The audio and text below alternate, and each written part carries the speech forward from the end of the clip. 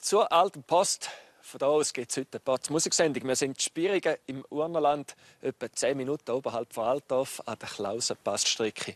Und es wird gesagt, dass hier innen etwa die Urchung zu und her geht. Mal schauen, ob das heute auch der Fall ist. Grüezi miteinander.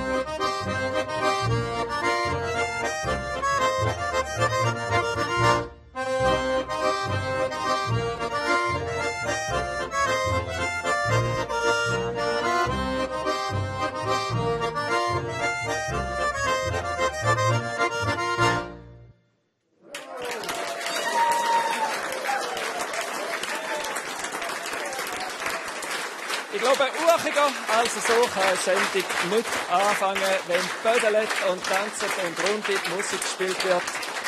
Ein herzliches Dankeschön am Echo vom Sonnenhalb, dreimal Arnold, der Michi, der Andi und der Hans, 2 Brüder an der Handorgelformation, die regelmäßig hier in der Alten Post spielt und auch tanzen.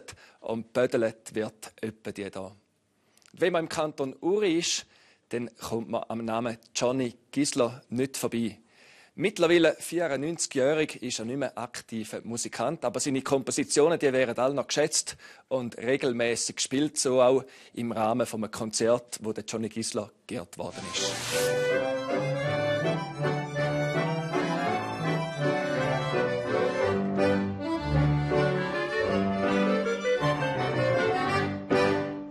Grosse Freude und grosse Ehre für den Johnny Gisler.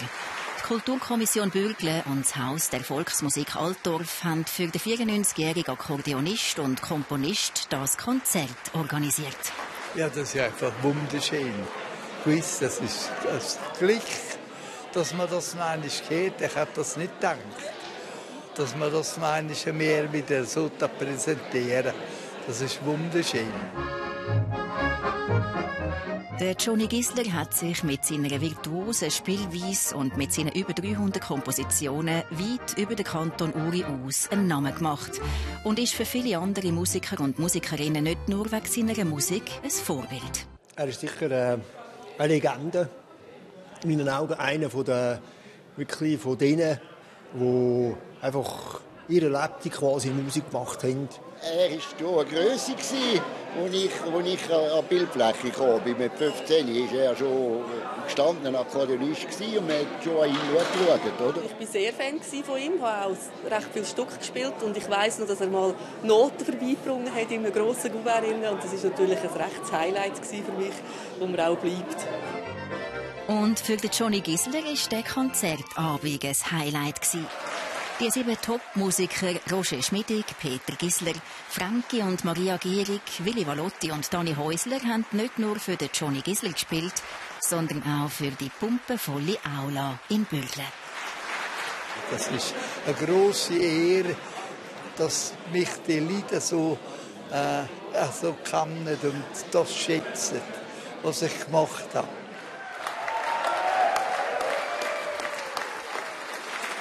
Ein emotionaler Moment.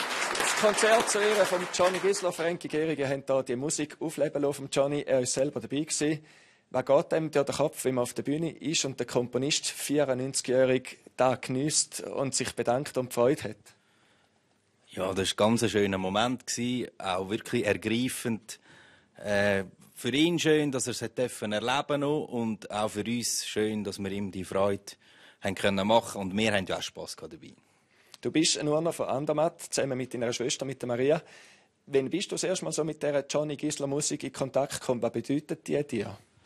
Ja, das ist schon ganz früh, eigentlich, als ich angefangen habe, Handorgel zu spielen, bin ich dann, sobald ich es einigermaßen spielen konnte, in Kontakt gekommen mit seiner Musik und habe ihn auch kennenlernen. Und das ist eigentlich wirklich von klein auf, kenne ich ihn, ja. Wie ist es für dich als Handorgelprofi, um diese Musik zu spielen? Bist du da auch gefordert? Ja, da hat immer noch Derek drunter, wo man zuerst spielen muss. Und ja, einfach schöne Musik und auch spannend und cool zum Spielen. Ich freue mich, dass ihr jetzt auch ein Müsterli dabei habt, dass wir von dieser schönen Musik nochmal Klänge hören von Johnny Gisler. Wir hören im alten Tramp.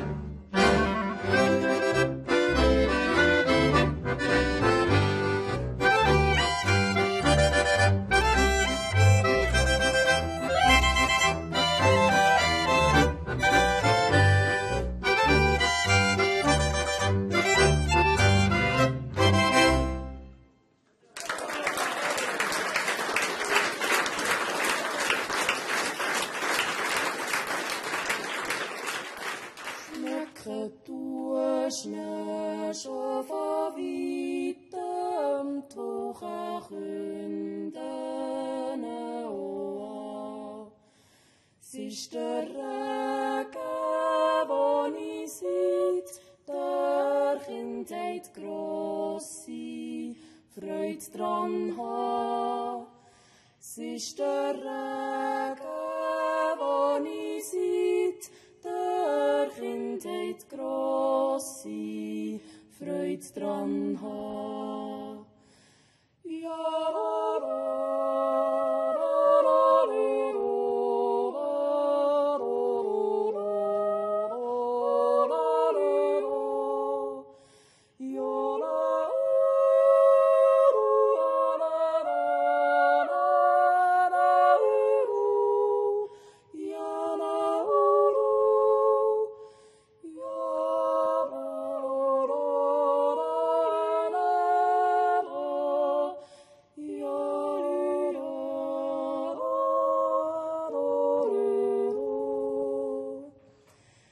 Brasle hören ich von drinnen, schaue raus und sehe da Regentröpfchen, wie sie rinnen an der Fensterscheibe an. Regentröpfchen, wie sie rinnen an der Fensterscheibe an. Ja,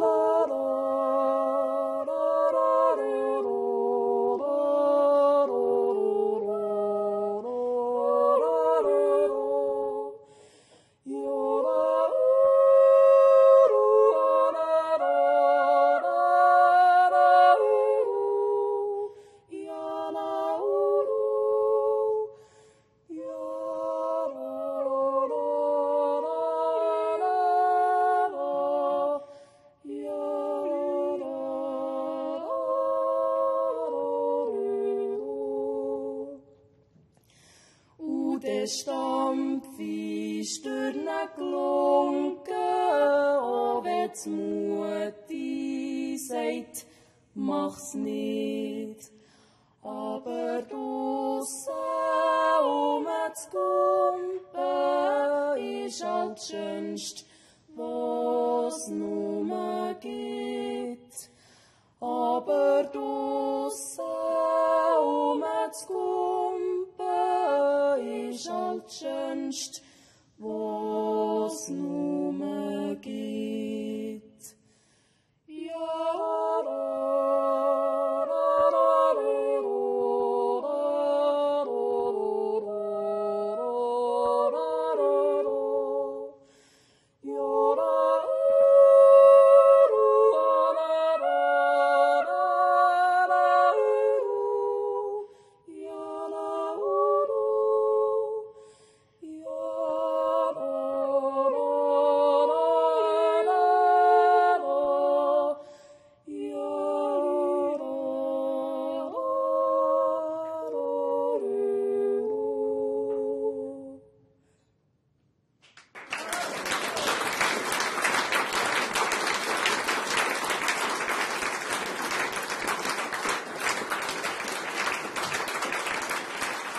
Herzliches Dankeschön für das wunderschöne Jodellied Regen. Fiona Berger und Jasmin Schanz. Ihr seid ein Duett aus dem Kanton Bern, von Oberlangenegg und von Lützelflüh. Das ist etwa eine halbe Stunde auseinander. Wie kommt man da zusammen und wird zum Duett? Ja, also wir haben uns im Alpha Jola kennen. Das war etwa vor 5 oder 6 Jahren. Und da war es eigentlich, wir sagen auch, so schön singen auf den ersten Blick. Und dann haben wir einfach gesehen im Ausgang oder auch über Kollegen, die wir uns kennengelernt haben, haben wir einfach zusammen gesungen, haben wir uns gesehen. Und es war echt mega schön. Und dann haben wir gesagt, komm, wir machen doch ein Duett. Ich glaube, ihr habt auch sehr schön gesungen. Ihr habt, glaube ich, das Urner Publikum sogar ein bisschen verzaubert. Mit dem Regen ein wunderschönes Lied, komponiert von dir. Wie ist es zu dieser Komposition gekommen, Fiona? Das war meine Maturarbeit. Ich habe das schon länger gewusst, dass ich ein Jodellied komponieren als Maturarbeit. Nein, ich habe es zuerst ein bisschen gebackelt, aber schlussendlich im Regen hat es funktioniert. Backeln habe ich jetzt nicht verstanden. Ein bisschen geharzet halt. Und ist da reingegangen, um da Lehrer oder Lehrerinnen zu finden, die so eine Maturaarbeit, ein Jodellied betreuen? Nein, das hat mein Musiklehrer hat das gemacht. Ich glaube sogar, der hat auch schon einen Jodelclub selber geleitet. Es ist gut gegangen. Und ich habe das Gefühl, das ist also ein Hit, den du da komponiert hast. Wir hören doch mal nochmal, wie es dem Publikum gefallen hat.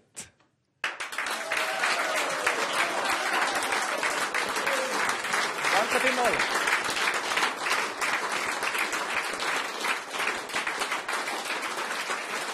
Jetzt bei mir ist der Wirt da von der alten Post Spirigen, der Dölf Odermatt, zusammen mit seiner Frau, mit der Bea und der Tochter Ramona, wirtet ihr da. Das Lokal gibt es seit dem 86, hat super Zeit erlebt, dann hat es mal einen Konkurs gegeben und irgendwann sind ihr ins Spiel gekommen. Wie sind ihr da in Spirigen oben gelandet?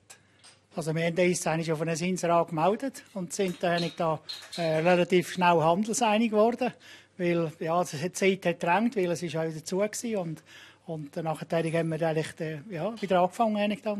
Die Musik, die ist regelmäßig ein Thema. Schon früher hat es viel Musik gegeben. Jetzt wird der Winter durch jeden Freitag da innen gespielt und Stobeten gemacht und tanzt und bödelt. Wenn du einmal dann in der Küche raus bist, juckt es dich und wirst am liebsten auch mitbödeln? Oder wie stehst du zu dieser Musik? Ja, also ich liebe Volksmusik eigentlich seit immer. Generell es ist eine Freude, dass ich da das Lokal mit Musik noch übernehmen durfte. Es ist zwar, wir werden nächsten Winter nicht mehr so viel Musik machen, wie es andere Orte noch haben, aber grundsätzlich ist da wirklich etwas Schönes, wenn man da Musik kann. Bei was juchzt das Herz am meisten? Ja, das sage ich jetzt heute nicht. Aber da, was wir bis jetzt in der Sendung gehört haben, hat dir gefallen? Das kommt gut. Also danke vielmals für die Gastfreundschaft dir, der Familie und dem ganzen Team. Wir bleiben bei schöner Musik, bei talentierten Leuten. Jetzt kommt ganz eine mutige Person. Die ist nämlich erst 12. Sie kommt von Weislingen im Kanton Zürich. Seit 3 Jahren spielt sie Alphorn, ein Instrument, das etwa 3-mal so gross ist wie sie. Sie hat schon einen Wettbewerb mitgemacht, sie hat schon ein Jodlerfest gespielt und jetzt spielt sie den bekanntesten Alphorn-Titel bei uns in Batz Musik, Kim Mettler.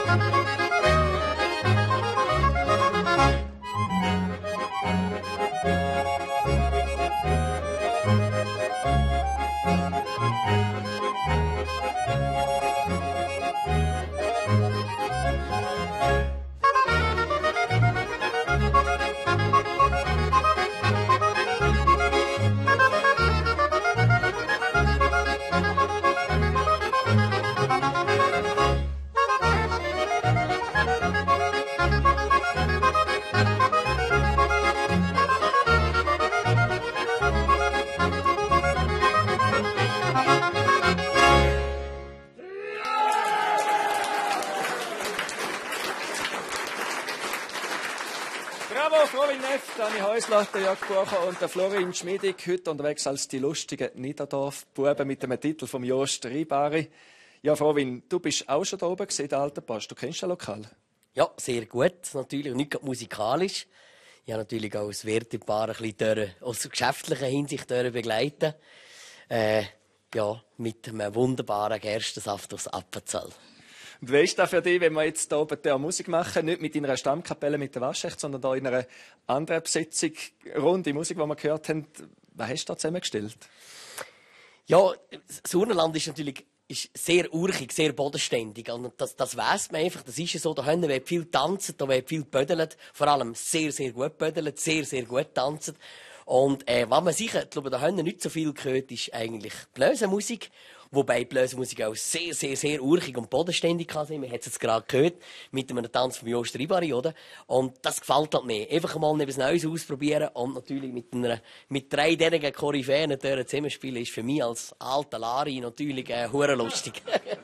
Alter Lari. Ja, Florian, du hast schon ein bisschen angesprochen, das Bödeln, und du hast ja vorher auch nicht noch ein bisschen mitgemacht. Wir haben am Anfang von der Sendung 2 junge Tanzbärli gesehen, die gebödelt haben. Und Spiriga ist ja bekannt fürs Bödeln.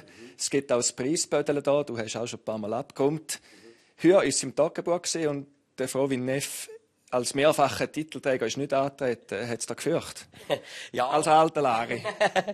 Ja, natürlich, von den Urnen, das darf man natürlich auch sagen. Wir wären da schon ein bisschen überrollt, weil die Urnen, die haben wirklich eine super tolle Mannschaft beieinander. Einfach junge vor allem. Und da habe ich die grösste Freude. Wirklich als junge, talentierte Bödelerinnen auch, wohlverstanden, die jetzt wirklich heute, glaube ich, im Toggenburg auch recht abgerummt haben. Und ich habe einfach leider aus terminlichen Gründen nicht teilnehmen im Toggenburg, aber ich mag es natürlich allen gönnen, die Erfolg haben am Toggenburger Preisbödeln. Ist du ja sowieso, wenn du alles in deine Agenda bringst. Musik machen, jodeln, bödeln, noch ein bisschen geschäftlich unterwegs sein. Und zum Beispiel bödeln, da lernt man ja auch nicht einfach so, wie würde jetzt so ein Gestabi wie nie anfangen zu bödeln. Hättest du mal einen Tipp oder wie kommt man da rein? Man muss, glaube ich, auch ein bisschen mit dem aufgewachsen sein. Man kann nicht einfach das Gefühl haben, ja, jetzt lehne ich es mal bödeln. Es ist gleich wie mit dem Natur. Entweder wächst man dort drinnen auf und dann kann man es oder man kann es nicht. Und dann muss man es halt einfach auch ein bisschen trainieren halt. Und das mache ich eben Turnen, mache ich das wirklich richtig. Sie trainieren. Und da natürlich in der Alten Post wird jeden Freitag oben tanzen und bödeln. Und da hat man natürlich gute Voraussetzungen, zum ganz vorne mitmischen. Ja, dann schauen wir mal, ob das nächste Jahr da die Spiriga als Preisbödeln schaffen. Und sonst zur Sicherheit jetzt einmal der Beitrag von diesem Jahr aus dem Toggenburg. Beim Toggenburger Preisbödeln haben in diesem Jahr über 40 Tänzerinnen und Tänzer in jedem Alter mitgemacht. Beim Preisbödeln tut man den Takt schlagen zu der Musik. Und zwar tut jeder Wettkämpfer, der hier mitmacht, zu einem Ländler einmal ein Teil tanzen und 2-mal bödeln und dann auch zu einem Schottisch einmal tanzen und 2-mal bödeln. Da dabei schaut die Jury den Bödeler nicht nur auf die Füße.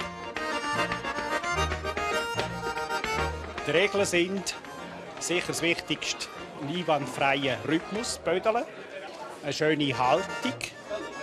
Und was auch noch wichtig ist, dass man etwa eine Umdrehung macht. Und zum Beispiel, wenn der Mann bödelt, dass man etwa eine Umdrehung macht um die Partnerin. Außerdem wird geschaut, wie fest gestampft wird. Die Kleidung wird berücksichtigt, ob man zum Beispiel die Tracht trägt und korrekt trägt. Und auch der Gesamteindruck wird bewertet. Alles in allem soll es aber Freude machen. So wie beim Gäuerle, wo der Simon Lüthi in der Pause ausser Konkurrenz zeigt.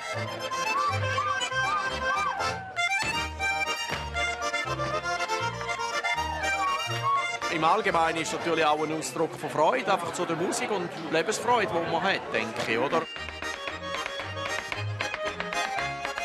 Beim Sieger hat es keine grosse Überraschung gegeben. Gewonnen im Toggenburg hat der Vorjahressieger Ossi Zurfluh.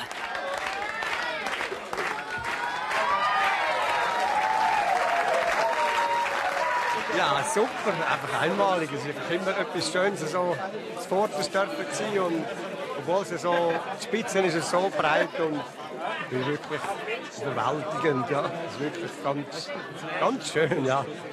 Und nächstes Jahr ist dann das Preisbödeln wieder zu Spiriga im Kanton Uri.